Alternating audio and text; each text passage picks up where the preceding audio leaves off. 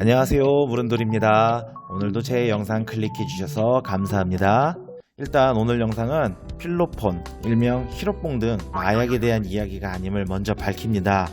마약을 의미하는 은어 뽕은 여러 낱말과 합쳐 사용되기도 하죠. 국뽕이 대표적일 텐데요.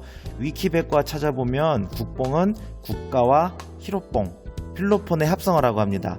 흔히 한국에서 다른 나라에 돋보인 일을 했을 때 유튜브나 타 인터넷 사이트에서 국뽕 한 그릇 달라, 국뽕에 취한다는 등의 말로 사용하며 국가에 대한 자부심을 높여 부르는 말이죠. 사진에서 보시는 바와 같이 어떤 집단의 정당성을 의도적이든 비의도적이든 내세움으로써 그 집단이 추구하는 사상과 이념이 자연스럽게 스며들도록 하는 것이 국뽕의 본체라고 할 수 있습니다.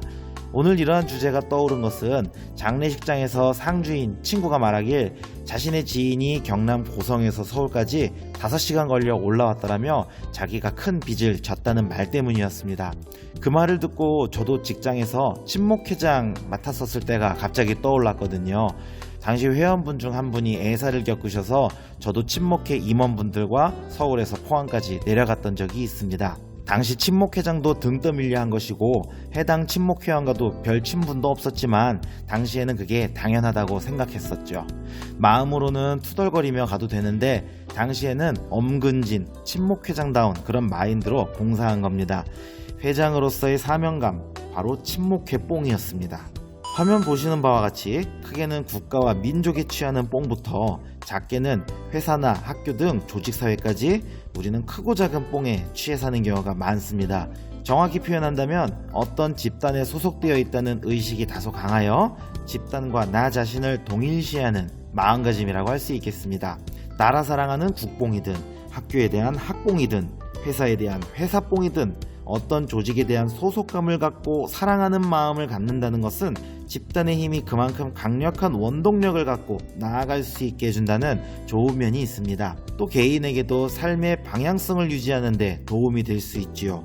다만 그 뽕이라는 건 집단 의식에 의해 자연스럽게 형성된 것이든 혹은 어느 고약한 누군가의 교묘한 술수에 의한 것이든 아무튼 일정 조건에 한해서 정당성과 유효성을 가질 뿐이라 그것에 절대성을 부여하지는 말라는 말입니다. 쉽게 말해 뽕은 상황에 따라 목숨까지 바칠 정도로 엄청 진지한 것일 수도 있지만 제3자가 볼 때 혹은 다른 시대에 볼 때는 우스꽝스러운 것에 그칠 수도 있다는 말입니다.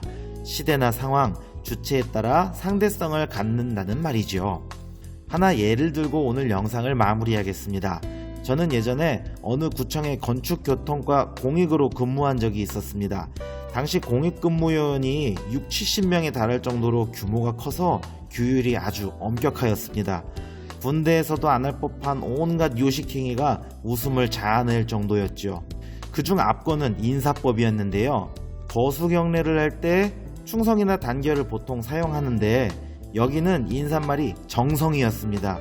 그런데 정성을 정성으로 발음하면 절대 안 됐습니다. 실제 발음은 단전 아래부터 끌어올린 묵직한 음성으로 정이라고 해야 했는데요. 그걸 선임들은 아주 진지하게 하고 있었습니다. 웃음이 터져 나와서 참느라 힘들었던 기억이 있는데 몇 달 후에는 진지하게 정을 하고 있는 나를 발견할 수 있었습니다. 꽤 많은 선임들에게 저흥은 똥군기를 유지시켜줄 수 있는 아주 진지한 뽕이었던 셈입니다. 물론 지금은 없어졌다에 500원을 겁니다. 영상 시청해주셔서 감사합니다.